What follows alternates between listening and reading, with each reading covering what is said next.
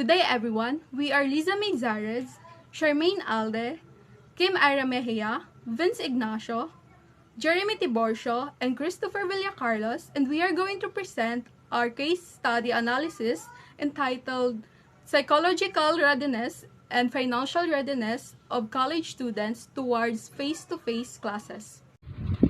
Introduction. Psychological readiness means that one is confident in their ability to perform as they want. One's fear need to be under control. Dr. Kim, 2014. According to Sarainikov, the concept of psychological readiness become possible due to development of such psychological characteristics and self-awareness, motivation, reflection, orientation, and so on.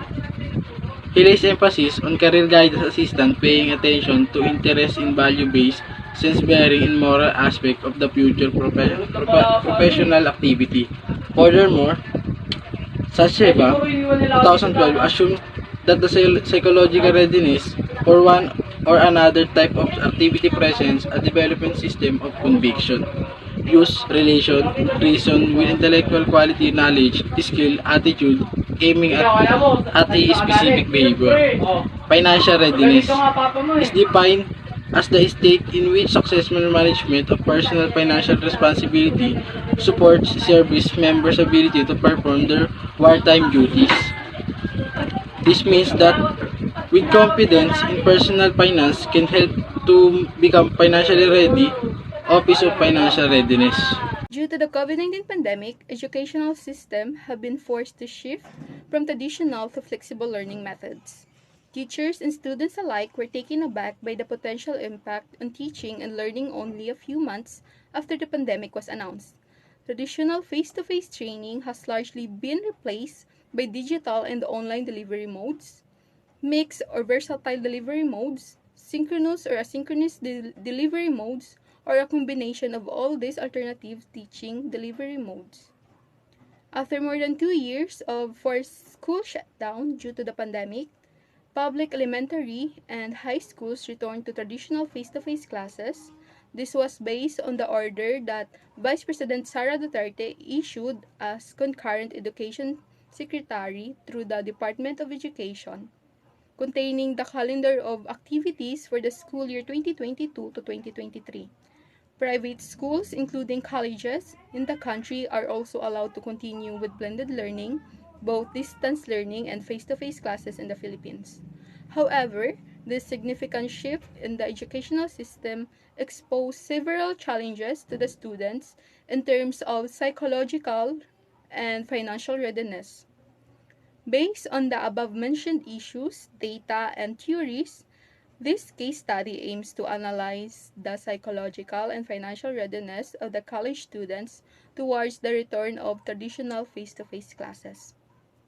Psychological readiness after 2 years of the online classes face-to-face session in school have significant impact to psychological state of Filipino college students due to the continuing pandemic, which has also led to lose social skills, deteriorated social connection, and fears for one's safety.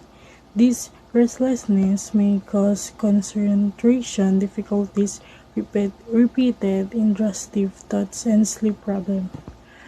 Relevant young people, particularly university of college students, are the greater risk for psychological distress in the case of traumatic event, which could pose a threat to the safety and well-being of university and college students.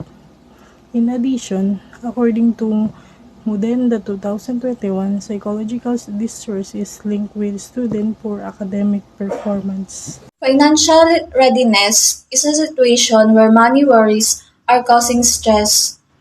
However, college students has been facing financial problem lately, and this problem had become a major problem for college students. Financial readiness faced by students are known as they do not have enough money for their daily expenses, where money worries is causing them to stress.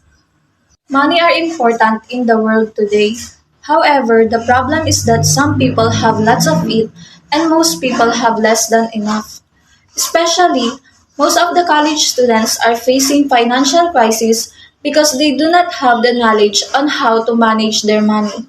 When college students facing financial crisis, they would be facing a lot of stress and could not concentrate on the lecturer, which will bring impact to their academic performance, such as their grades and result, and that will affect their future when finding jobs.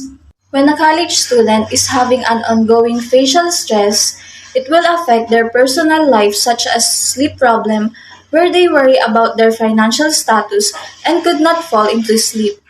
Financial problem will also affect college students' mental health such as facing depression and anxiety. The findings of our case analysis will give benefits to college students by giving advices to them on how to manage their money wisely so they wouldn't facing financial problems since financial problem would give them many troubles. When the college student is stressed, they wouldn't pay attention on their study and that will affect their grades. Moreover, they will know how to solve those financial problems they are facing with a solution at the end. Main solution: school administrators should organize helpful events for students that promote psychological competency and build resilience such as mental health awareness seminars and term building activities. Administrators should implement or organize seminars and orientation prior to the opening of face-to-face classes in order for the students not to be overwhelmed by the new learning modality.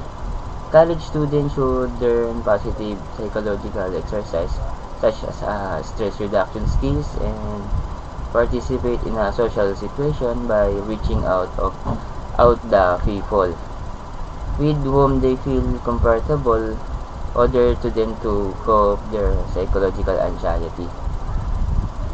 Teachers should Teachers or professor may apply psychological activity before the classes start to set the students' moods and prepare them mentally and emotionally for the day. Alternative solutions. College students should also learn positive psychological exercises such as stress reduction skills and participate in social situations by reaching out to people with whom they feel comfortable in order for them to cope with their psychological anxiety. Number 2, although adjusting to face-to-face classes could be challenging, students take their time reconnecting with their teachers and classmates and should not be afraid to ask for help when they are overwhelmed. And lastly, schools should be also consider offering flexible time schedules for working students, for instance, offering nighttime and weekend.